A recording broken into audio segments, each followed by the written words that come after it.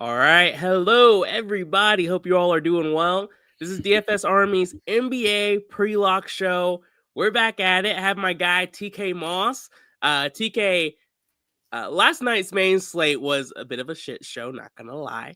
But you came through for the team for the night slate. You gave out some fire cores, man. How are you feeling? That was awesome. Yeah, anytime I can help, the people on the chat with some questions, I'm always up for it. Okay. I love to see it, man. And then today we have a nice 4 game slate. We have plenty of time. So I'm going to try to not rush through it out of habit. Uh, but we have quite a few injuries to get to. So we also can't waste too much time. So we'll start off with this 4 game slate. And then for those of you who are new, we will go through these games. We'll also answer your questions along the way, but then we'll make sure we get to it by the end of the show after we go through these games. Between the two of us, we've won multiple 4, 5, 6-figure wins. But I would say, TK, correct me if I'm wrong, you're more of like a single entry GPP guy, and then I'm usually more like large field. Is that a good way to kind of separate how we operate primarily? Yeah. Okay, cool. So starting off, we have the Milwaukee Bucks going up against the Raptors. Milwaukee played last night. Giannis is listed as probable. Giannis being probable now means questionable. So thankfully, we should get this news here soon. Ideally, he'll start, so we don't have to worry about things too much. But how are you treating this game? I think there's quite a few guys who are showing up a little bit in these lineups. Yeah, for Milwaukee, I think Giannis is obviously is going to be, the chalk on this slate, and deservingly so. And for the most part, I was getting some Ryan Rollins, but that was pretty much it between those two guys. But I'm not even going to make Ryan Rollins a priority at all. Yeah, it's one of those situations where, assuming everyone's playing here, these guys looked a little bit better. Well, I'm really just talking about Rollins, Turner, Gary Trent Jr. They looked a little bit better pre-news. Ryan Rollins, he's no longer a value play, so we need him to actually produce and score. Thankfully, he can get points in a lot of different ways. I do still want to, I just double check my exposures here. He's only showing up in 5% of my lineups. I do like him enough to just make sure he shows up a little bit more than that. So I'm leaning anywhere from like 10 to 15%. I just want to be a little bit closer to field weight. So I'm just going to put a 10% minimum on him because, like you said, he's not someone I want to make a priority, but he's someone that I think is worth just having in the mix on a 4 game slate. If any one of these guys go off, I need to have exposure to that. So 10% just gives me a chance to have some lineups that are alive if he ends up being that guy on this slate. But like you said, I'm not overly passionate about it. What are your thoughts on Giannis tonight? Yeah, Giannis is somebody. The one thing I love about Giannis, even though it's a back to back, is that he's going to give everything that he has. He's somebody who's going to give maximum effort, so we never have to worry about him just maybe pulling a Harden or just a Kawhi not going too hard. He's going to go hard, and like you said, when it comes to the news, if he's in, we'll be able to pivot off some things, and if he's out, then we can just add more exposure to the rest of the Bucks. Yeah. Back to the Portis Kuzma train. Love that. I really hope Giannis plays. The only thing that gives me a little bit of pause, this spread is so weird. Like, you wouldn't think the Raptors would be favored here, but they are at home, so we'll see. Looking at my actual exposures, though, Giannis is showing up in 47% of my lineups. I'm not doing anything to him in the domination station. So he's going to be in basically half my lineups. And then the other half, I'm getting different. And there's quite a few 8, 9K players that we can use, I think are in really good spots. Giannis, to me, has the highest floor on the slate, and arguably the highest ceiling, too. But we might not need those raw points if some of these other pricey players come through for us. So, not fading Giannis by any means, but he's far from a lock for me, too. All right. Next up, Upper said he's playing. Hey, what Upper says is true. So Giannis is expected to play, then I'm assuming he's going to play. On the Raptors side of things tonight, one of the few teams that don't have a lengthy injury report, which kind of automatically makes them a little bit less interesting. Let's see. I'm not seeing really any major news here. How are you treating the Raptors, TK? Yeah, the Raptors is a bit tricky just from the standpoint they have a obviously a spectacular matchup, but Yep. I'm not getting a whole lot of these guys, but I'm definitely going to match the field. And I would say out of all of the Toronto players, I like Brandon Ingram the best, just from the Hmm. standpoint he has the best matchup out of all these guys, and we've seen how he can score and against, especially against soft inside teams like Milwaukee. So Toronto is very interesting, and I'm definitely going to match the field at the most for the most part. Yeah, I'm with you. Really nice matchup. I think Milwaukee will struggle on defense. Yesterday, they played hard against the Pacers. The Pacers are playing them tough. They did not go easy on them. So I do expect the Bucks aren't like the best defensive team in general, but I do think they'll be slightly worse than normal here. So I'm okay focusing on the Raptors. Uh, there's only one guy I'm really going significantly over the field on, but my plan right now is I have a 15% min on Scotty Barnes. He has a ton of upside, but it's hard for me to reach that 20% mark to truly match the field, but I just want some exposure here just so I'm not dead if he does go off. Brandon Ingram at 7,300 is a little bit easier for me to get to. Nice usage rate is really Barnes and Ingram really dominating the ball when it comes to scoring for this team. And so that's why those are two guys I want to make a priority. And Ingram will be a leverage play for me today as well, at that 30% min. And then RJ Barrett, I believe he was more of a sim model play. Let me double check that though. RJ Barrett. Yeah, sim model likes him a little bit. You see that 4.94% in the 6.5 value column. So not bad for RJ Barrett. This is just a game I wanted some exposure to. So right now I have a 20% min on him.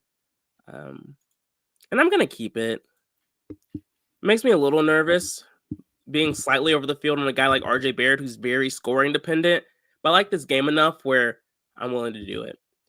And then let's see if any other Raptors show up. We have the Ingram exposure. There's Barrett. There's Barnes. And yeah, nobody else for me here. All right.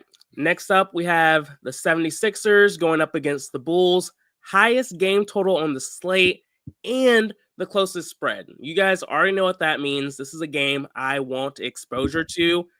I contemplated trying to get a leverage play here of some of these guys, but ultimately I couldn't do it. For Philly tonight, no new injury news that really moves the needle here. Joel Embiid is playing tonight. Last game, he saw the most minutes he's seen so far, which was at 25 minutes. Not overly impressive for a 7,600 player, but his production while he was out there was really good, which is a unfortunate trend for this slate. Not the safest minutes, but they have upside. Thankfully, Embiid isn't seeing too much ownership at 7.2%.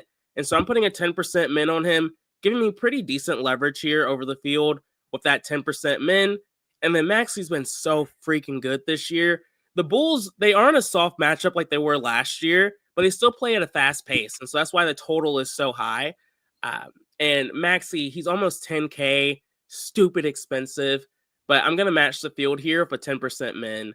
I contemplated taking some shots on these other guys like VJ, Grimes, Kelly O. I'm curious to see if you're interested in any of them, but what are your plans here with the 76ers?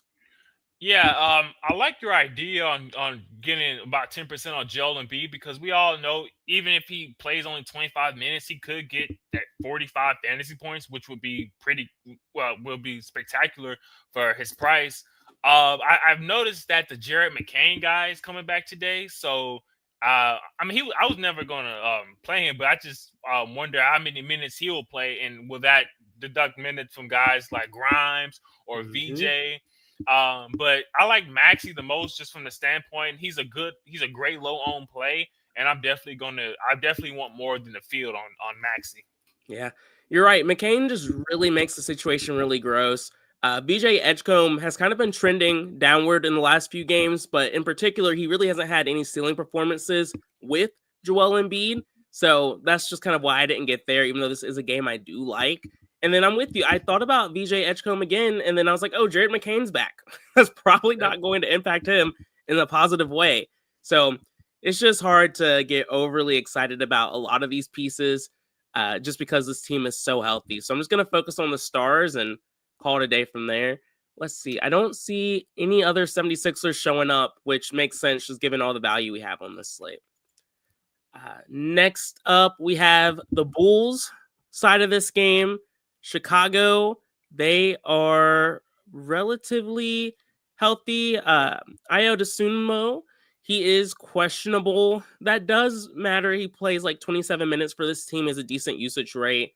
If he gets ruled out, that'll be a pretty solid boost to guys like Jones, Herder, Carter, like guys I'm not overly excited about playing, but it would solidify how I feel about some of the guards.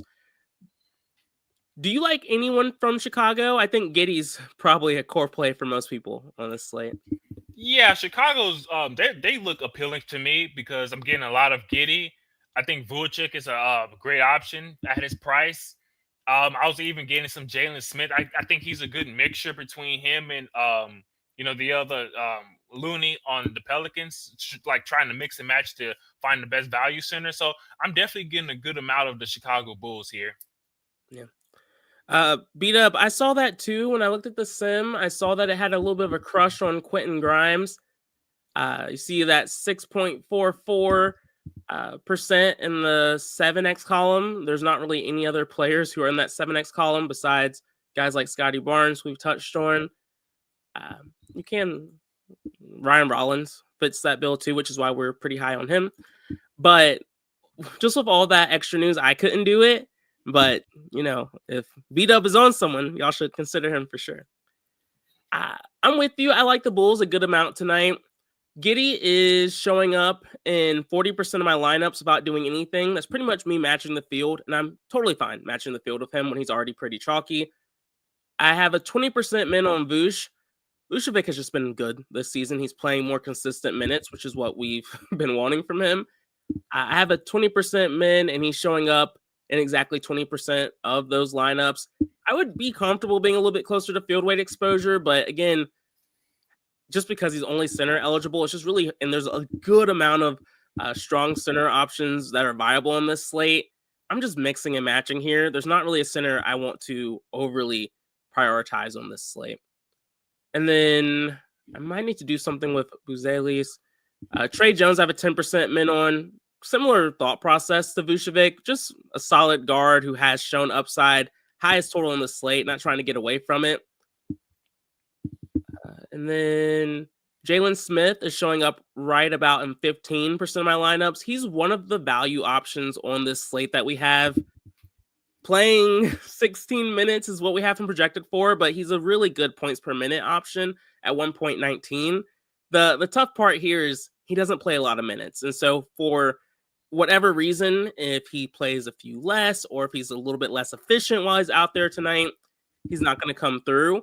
But he's the kind of value option I still like having in the mix because he can be explosive, and we do need value on this slate. So it's nice to have him right around field weight exposure. I would be open to having anywhere up to like 20, 25%. I probably wouldn't want to go past 30. Let's see. Anyone else we're missing? We touched on Jalen showing up around field weight. Trey Jones is where he's supposed to be. Ayo is showing up in about 2% of my lineups. He's not a focal point for me tonight. Patrick Williams is showing up a little bit. He looked better earlier today before we had all the news. Same with Buzelis too. So the Bulls are good. It's just a lot of them are DFS viable. It's just hard to kind of really figure out who's going to be the focal point outside of Giddey. And so that's why I kind of like having a nice mixture here. Next up, we have the Magic going up against the Hawks. I think I like this game more than most. For the Magic tonight, Orlando, they're not really missing anyone. Who do you like here, TK? Yeah, I absolutely love Franz Wagner. He has a tremendous matchup here. Mm-hmm. Paolo, he's somebody I'm always gonna want. He's 9,300 under that 10K mark. I love that. I was actually getting some Bane, but I'm not really. He's not really too appealing for me. Yeah. And that's about it. Yeah, Bane's been bad. Just legit. He's been bad. His usage rate is in the ground. It's hard to know if we can really trust him at this point. I think a lot of us, we saw what he used to be, and it's just like, that should still be there somewhere, but he hasn't shown signs of it. Paolo's been the guy here. Paolo's going to be a leverage play for me tonight. Both of these teams have been playing at a faster pace this season. The Magic is really the one to highlight with that. Nice close spread here. I'm going to be over the field on Paolo. He's a leverage play for me tonight. I have a 20% min on him there. Have a decent amount of leverage there. And then Franz, I still like being over the field on with a 15% min. You touched on it. He's the nice, cheaper option, just a little bit less consistent. And so I still like being over the field on him, but he is pretty scoring dependent. So we need him to get high, and we need this game to move at a fast pace for him to work out. But the price tag makes the risk a little bit easier for me to handle. And then I do have a 5% min on Bane. Again, it's really just hopium at this point. Nothing has pointed towards him having a big game besides me just liking this game environment more than most. And then I thought about Wendell Carter Jr. for a bit on this slate too, but we've just gotten too much value at the center position for me to warrant playing him at this point. And let me double check our exposures to make sure everything I said is true and it's still showing up that way. Yeah, I'm going to go ahead and do another run. And I'm going to update this Rollins exposure to 15. I'll match the field on him. Okay.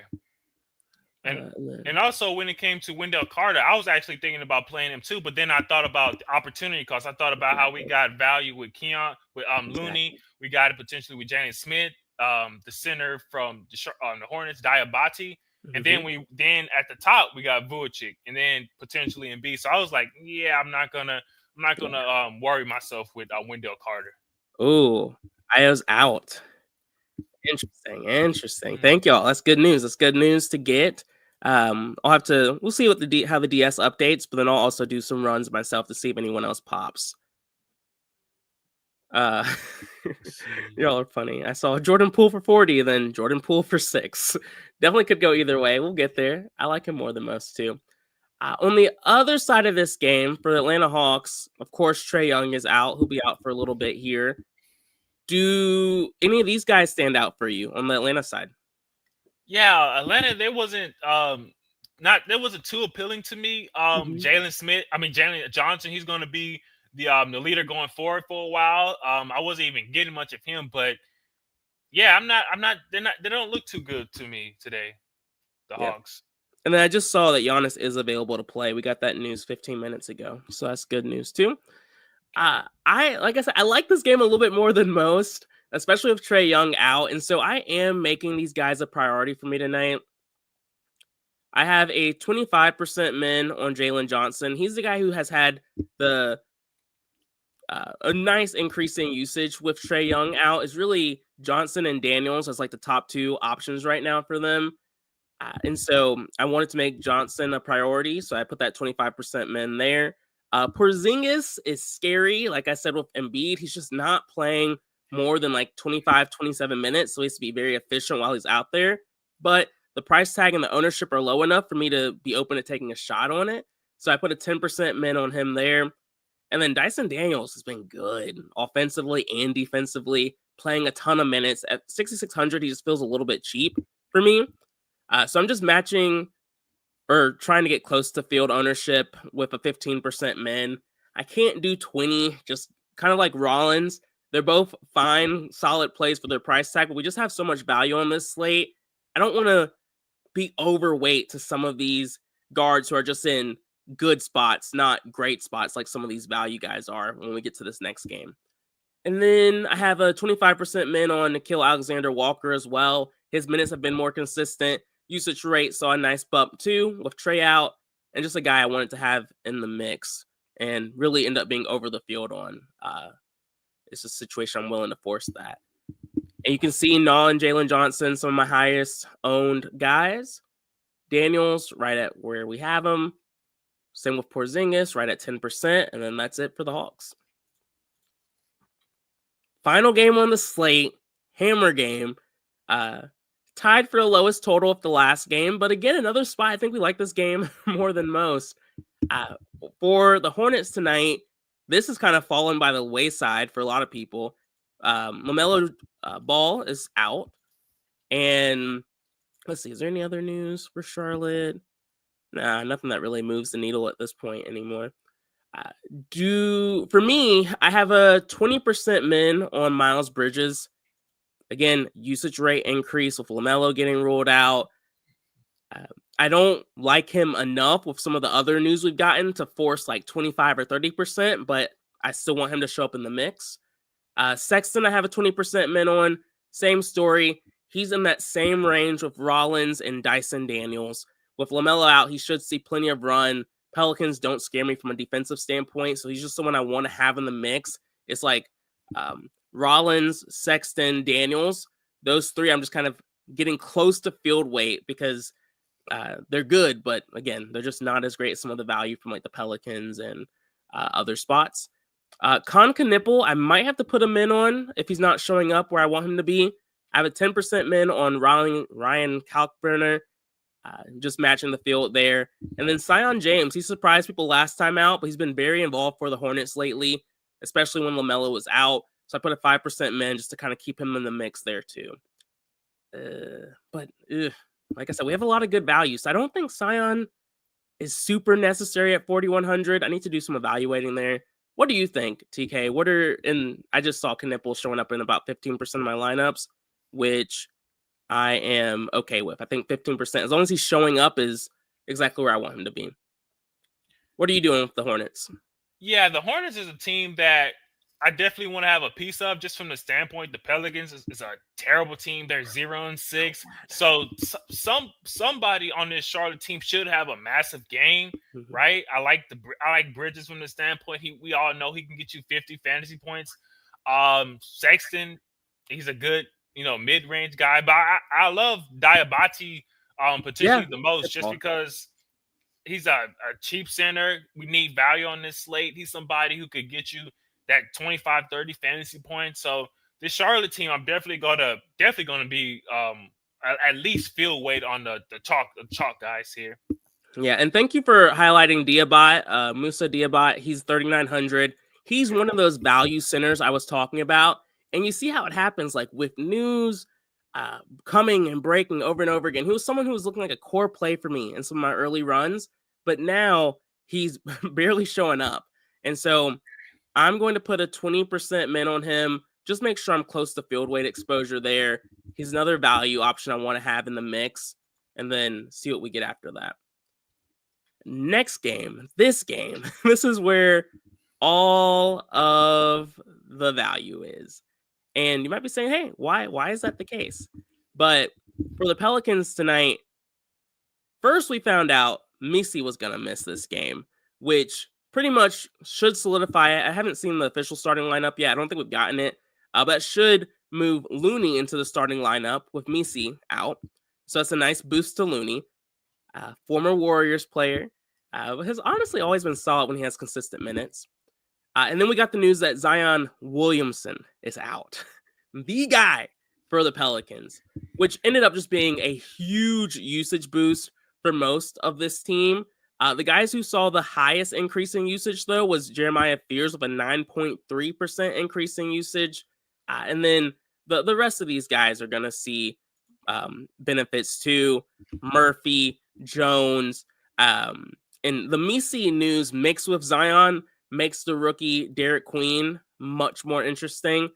B-Dubs is in the chat talking to. He's like, the ownership is criminal for this situation. And I do not disagree. This is a spot where I'm going to make sure I want some exposure. But first, tell me what your game plan is, TK. Yeah, the Pelicans is very appealing. They look very attractive in their prices.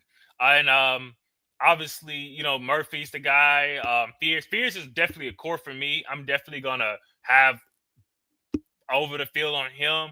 And also what you and B-Dub was talking about with Derek Queen, it's a situation where he could have more minutes than Looney, even if Looney starts. So I would definitely want to be over the field on Derek Queen. Yeah.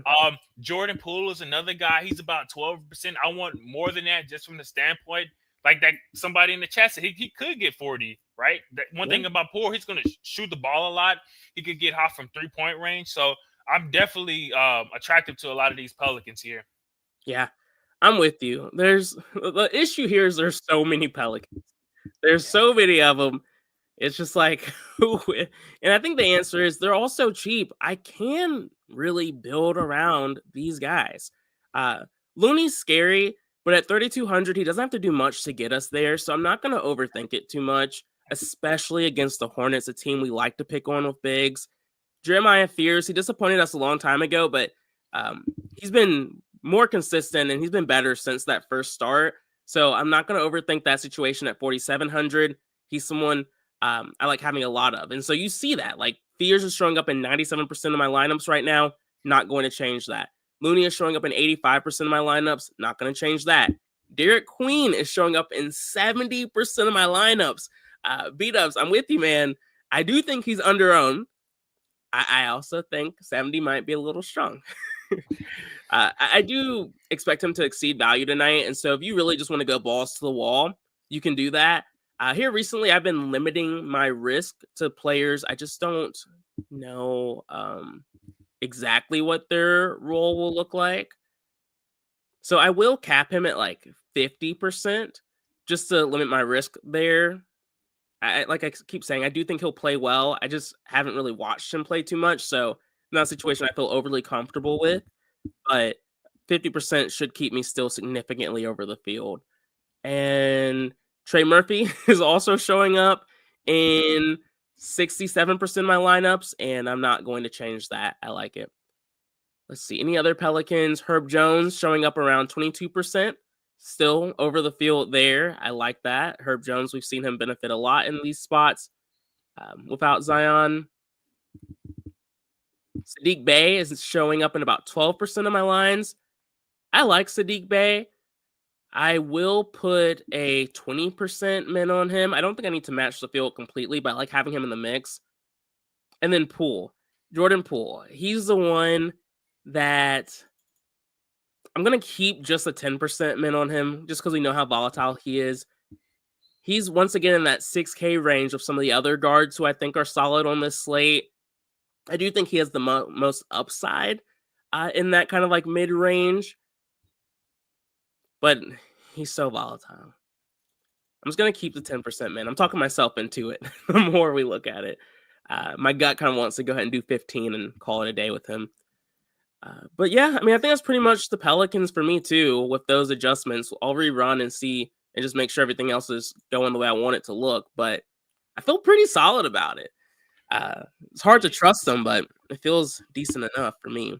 Yeah, and I understand what you're saying about, like Poole and all those guys, and it makes sense. Like you want to go have more of the field on some of the guys, but if you feel that some of the Pelicans players are not going to do too good, or there's better opportunity somewhere else, you can definitely just go under.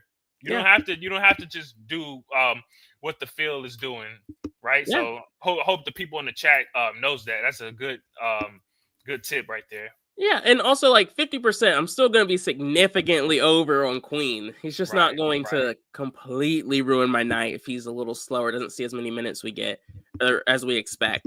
So just kind of trying to limit some of my risk or potential failures there. So yeah, I feel like I like what I have. Diabot is showing up a bit more now in about 30% of lineups. Giannis is still exactly close to field weight. Giddey still pretty much exactly close to field weight. And then everything else is showing up the way I want it to. Knipple is another guy I like, but not enough to put him in on. So he's where he should be. Jalen Smith fell a little bit. But again, I'm okay with that. I'm not going to put him in to force it because we have the guys who are actually in better situations because of injuries, not just a value play who could go off. But I still like that he's showing up. And then let's look at the Bulls situation a little. Just because I don't think we've updated the IO situation yet. Okay, he's gone with that new refresh. Trey Jones, looks like we upped his projection some. I'll look closer at that. Let's see what questions we have. Beat Up said, I had 40% Queen, so now I got to go to 50. Hey, man, if this goes bad, it's not my fault. It's just not my fault. Dixon said, Josiah, sorry I'm late. Is Mike Go in a good spot tonight? Can he be the highest scoring player on the slate? He is in a good spot. Yeah, Josh Giddey, I have 39% right at field weight exposure. He's chalky, though. He's popular, so he's not going to be sneaky or anything like that, but he's in one of the better game environments on the slate. Kid Catastrophe. We will definitely touch on the last two FanDuel games for you. We'll do that in like 5 or 10 minutes.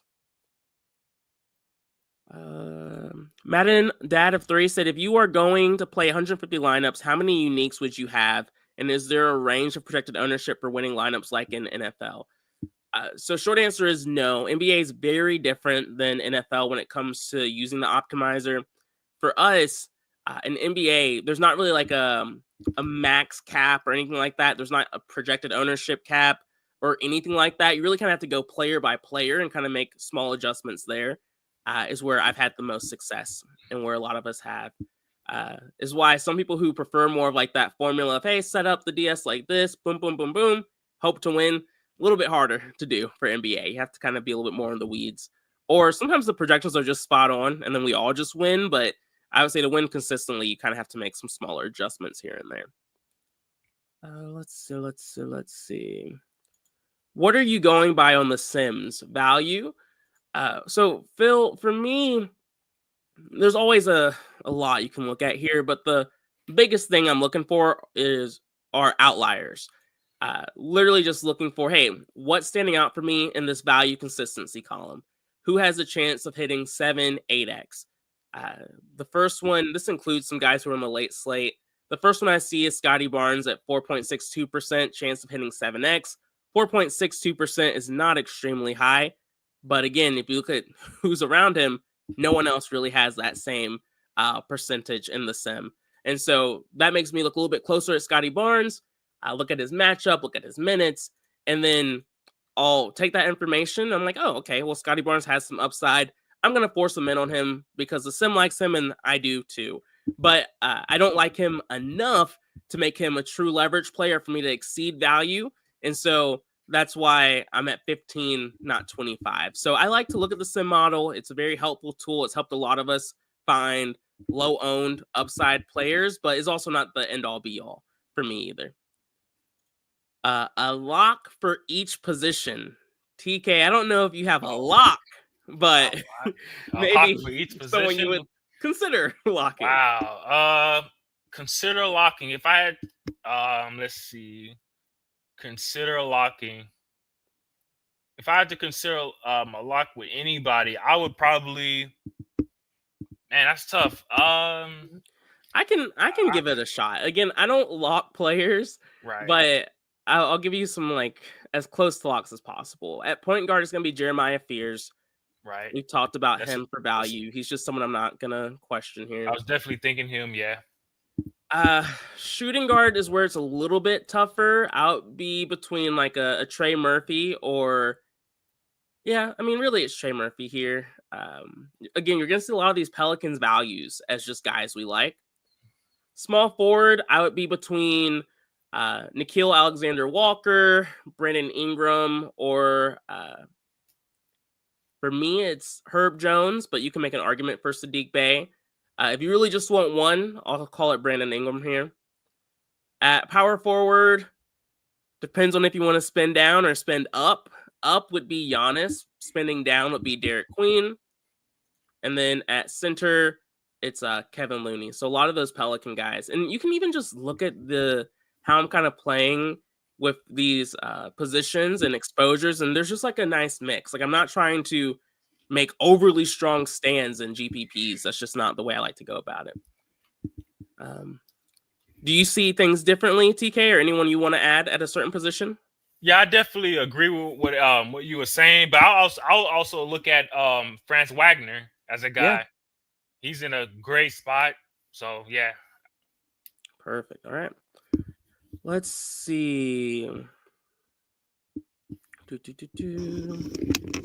Rick, yesterday we had madness. Thanks. I'm glad things went well for you. Not gonna lie, last night was not the best night for me, but I'm always happy if other people can do well with some of the advice. Tattoo, I skip a ton of questions. Now, honestly, I sometimes just miss them. It's hard to keep track sometimes. But I'll never forget you, Tattoo. You're the GOAT. Everyday things that I like to back test whatever size slate it is, like the 4 game from Saturday, get an ownership cap, start from there and make adjustments. Yeah. For me on Saturday, I had a nice takedown, so I'm glad that worked well. But I love back testing too. Especially this season has been fun just to kind of not over adjust, but just kind of see, hey, this is a spot we missed. Hey, did it make sense? Were matchups good, or was it just variance, which happens sometimes too? So I don't like to overreact to one slate, but it's always just good to be a student of the game. Sweet. All right. So let's go ahead and talk about the FanDuel side of things. I'm trying to think about the best way to do this. Maybe I'll just open up a new tab. Go to FanDuel, main slate.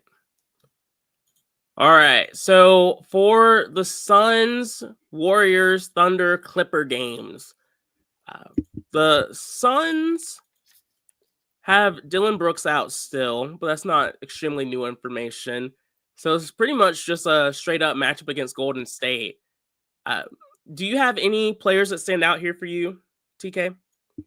On the Suns, I did look at the FanDuel main slate, and I'm not. They didn't look too appealing. Only person I would consider, well, not consider, but I would say Grayson Allen. I think he's an okay play. Yeah. Like the Golden State Warriors defense is really good, and this Suns team is really bad. So I'm not. That was pretty much it. Like the Suns. Yeah. It's hard to get overly excited about this team in a tough matchup against the Warriors. I agree. I didn't look too closely at these 2 games, but I understand why Allen is getting ownership. He's been in pretty solid form. And then Booker's a stud who can obviously go off in almost any matchup, but we still haven't seen. Let's see. He had a good game against Utah. He's had 2 good games against Utah, but he's kind of hasn't shown real 60-point upside outside of that. So just I'm not excited about that situation or that team. For the Warriors, things are tough because Jimmy Butler is questionable. I think that's really the end all be all here is if Jimmy Butler plays, these guys are still viable plays, but they're a bit less interesting to me. If he's out, then you're going to see a big boost to guys like Podziemski, Hield, even Curry and Kuminga from usage rate standpoints, and maybe Draymond a little bit too. But who stood out for you? I know you've done more research here. Yeah, I think Stephon Curry looks amazing here. Like when it comes to like playing bad teams, Curry, he could definitely abuse these type of teams. With Butler, he's obviously questionable right now, but if he's in, I'm going to be interested in him.